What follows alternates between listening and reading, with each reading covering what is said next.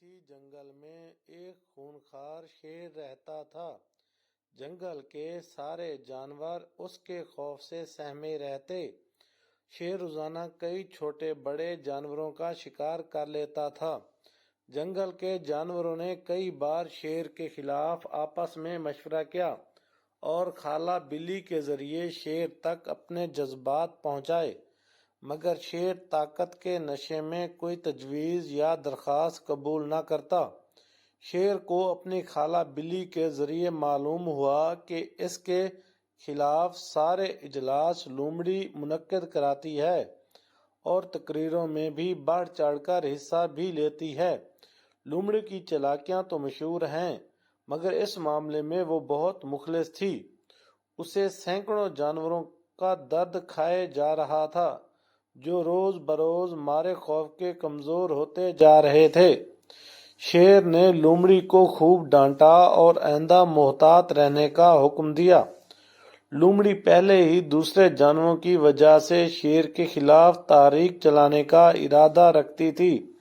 اب چونکہ شیر نے اس کی بے عزتی کی تھی، اس لیے اس نے غم و غصے کا اظہار کرنے کی خاطر جنگل کے سارے جانوروں کی کانفرنس طلب کی۔ جلسہ گاہ جانوروں سے کھچا کھچ بھری ہوئی تھی۔ لومڑی نے سارے مہمانوں کو اعتماد میں لے کر ایک تجویز پیش کی، جس کو سب نے خوشی خوشی منظور کر لیا۔ اب کیا تھا؟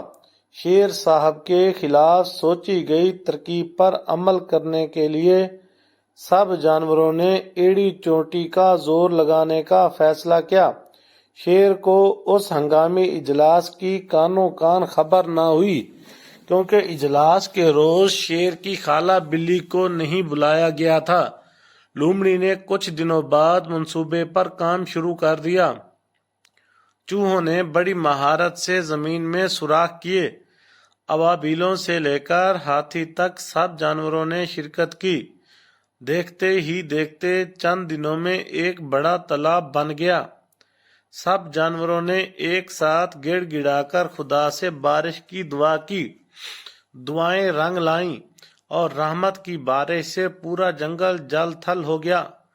تالاب پانی سے بھر گیا۔ ایک ہرن کو شیر کی گچھار کی طرف بھیجا گیا۔ شیر بھوکا تھا اور اونگھ رہا تھا۔ جوں ہی اسے ہرن کی آواز سنائی دی تو اس نے لپک کر ہرن کا پیچھا شروع کر دیا۔ ہرن سوچے سمجھے منصوبے کے تحت تالاب کی جانب دوڑ پڑا۔ شیر بھی اپنے شکار کے پیچھے پیچھے بھاگ رہا تھا۔ ہرن تالاب میں کود گیا۔ شیر تیز رفتار ہونے کی وجہ سے سنبھل نہ سکا اور تالاب میں جا گرا۔ ہرن کے گرتے ہی کنارے پر کھڑے ہاتھی نے اسے اپنی سونڈ کے ذریعے باہر نکال لیا۔ جنگل کا بادشاہ تالاب میں ڈبکیاں کھانے لگا۔ تالاب کے ارد گرد جشن کا سماں تھا۔ شیر نے غوطے کھاتے ہوئے معافی چاہی اور آئندہ مار دھاڑ نہ کرنے کا وعدہ کیا۔ لومڑی کا دل پسیج گیا اور اس نے شیر کو معاف کرنے کی درخواست پیش کی۔ لومڑی نے بلی کی ضمانت پر شیر کو تالاب سے نکالنے کا بندوبست کیا۔